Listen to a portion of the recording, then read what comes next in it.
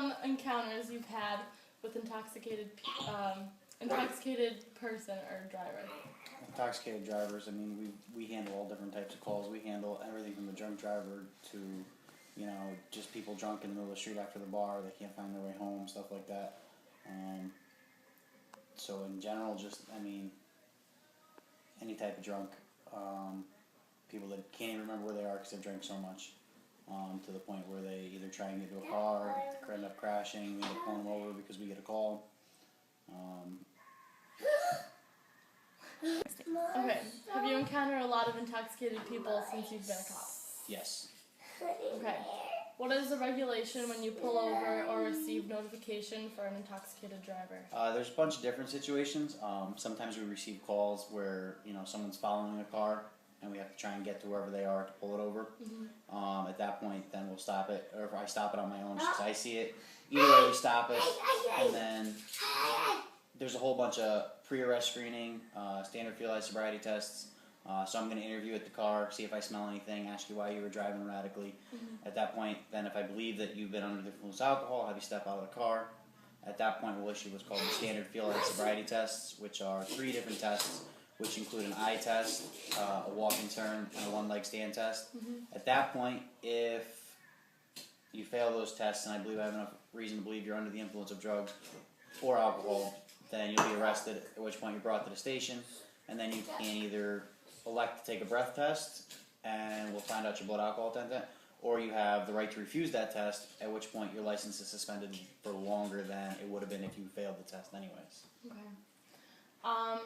What are the different consequences for a minor and an adult under the influence? The consequences are no different. The consequences are exactly the same in terms of license suspension, how long you could do jail time for per each DUI, stuff like that. The only difference is under 21 is held to a different blood alcohol content. The legal limit in the state of Connecticut is 0.08 blood alcohol content, whereas a minor under 21 driving a car is only held to a 0.02 standard. What are the most common actions you see in an intoxicated person? Most common actions for what the alcohol does to you in terms of everybody's different. Everyone handles their alcohol differently. Yeah. Some people become lethargic, some people become violent, some people just don't know who they are, where they are. But for the most part, in the beginning stages, you start to see deteriorating motor skills, slurred speech, inability to focus on multiple tasks at once. That's why the standard field eye sobriety tests are called divided attention tasks. So it depends on who you are, and the more you are accustomed to drinking, the more alcohol you can handle before you get to these stages. But the legal limit is 0.08, no matter who you are. Okay. What are the fines for a minor driving intoxicated? Like I said, the fines and all that, I don't know the exact fines. It's a misdemeanor arrest, so it's punishable by up to a $2,000 fine if the court wants to approve that, up to a certain period in jail. I don't work closely with the court. Once we arrest them, I kind of lose track of where it goes. Okay. And then, like I said, if you take the test and you have an elevated blood alcohol content, you lose your license for 3 months, 90 days. And if you refuse to take the test outright, you lose your license for an automatic 6 months. That's all within the first DUI. Every DUI after that becomes greater and greater for losing your license and possible jail time and fines as you get more DUIs. Okay. Don't say the next one. What? Don't say the next one. Because he answered it. Have you seen any deaths from intoxication?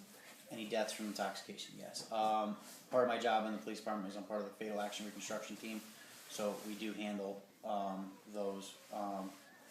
Been to a couple. For example, I'm sure people were familiar with the two youths that died off of Route 8. I won't say any names, but yeah, we do see it a lot. We do see a lot of it, and I would say that 90% of the fatals that have happened since I have started my career as a police officer 6 years ago have had some type of alcoholic involvement. Have you been on call for any fatal accidents due to alcohol? Yes. If not, okay. Does what you experience with alcohol during work affect your personal life? I'd say that since I started, I'm more apt to not let people drive after even what some people consider just a few, because I understand the difference of how much it can affect you. It just what as they say in the commercials, buzz driving is drunk driving. It absolutely is, because you're slowed down so much that you shouldn't be behind the wheel of a car. And so yeah, I see that. I'd rather pick up my friends, get rides, pay for cabs. It's a lot cheaper to get a cab ride home than it is to pay for an attorney if you get arrested or God forbid you kill someone. Right. All right, the last one. What is the worst holiday for drunk driving? It's not an official holiday, but I would have to say Valley New Year's, which is around here the day before Thanksgiving. Oh. It's the craziest bar night in the Valley. A lot of the college kids are home for Thanksgiving who just turned 21. It's the one and only night you'll see a line all the way past Dunkin' Donuts at downtown Danio's and Shelton. So yeah, it's Valley New Year's, and it's just a huge drinking day. So Thanksgiving, because of that association the day before, I would have to say is the worst. But I mean, the amount of people that drink doesn't matter. If one person drinks and drives, they can still cause an accident. So. Right. Okay, so another thing we deal with is when we pull people over, they'll always say I had 2 beers, 2 glasses of wine, maybe a few glasses of vodka. The difference in alcohol is the difference is the alcohol by volume, which is the content of alcohol in a specific type of liquor. Your standard beer, this isn't counting home-brewed beers, some of your heavier stout beers, is 4.5% alcohol by volume. That means 4.5% of the liquid in this is actually alcohol. Whereas your standard wine is anywhere from 13 to 16%, depending on where it's made, how it's brewed, how long it ferments.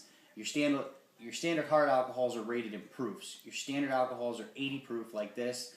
You get your occasional 100 proofs, like this bottle of whiskey. So therefore, a 2-ounce shot of 80 proof vodka is the equivalent to drinking this whole 12-ounce beer. So when someone says, I had 2 or 3 glasses of wine, the other thing that's hard to understand, people think, I only had 2 or 3, I'm fine to drive. But the problem is, 1 glass of wine is only 4 to 6 ounces. So when you go to a restaurant and they pour you a full glass that's this tall, and it ends up being a 16-ounce glass of wine, you get your amount there at say 4 to 6. So we'll take it to a 4-ounce bottle because it's a 16% bottle. You've now just had 4 beers and 1 glass of wine. So if you have 2 to 3 glasses of wine, you've essentially just drank a 12-pack just by consuming wine. Wow. So people that drink hard alcohol, it's a lot harder to notice that they get drunk. They get drunk faster because they don't think they're having as much. Whereas, someone who has 6, 7 beers, he starts to get that full feeling. Whereas, if you have 6 shots, it's only... So 6 shots of this is the equivalent in liquid form of this 1 beer. But it's 3 times as strong. So that's where you get the differences, where your portion control, and then it affects everyone differently, but each alcohol is different alcohol by volume.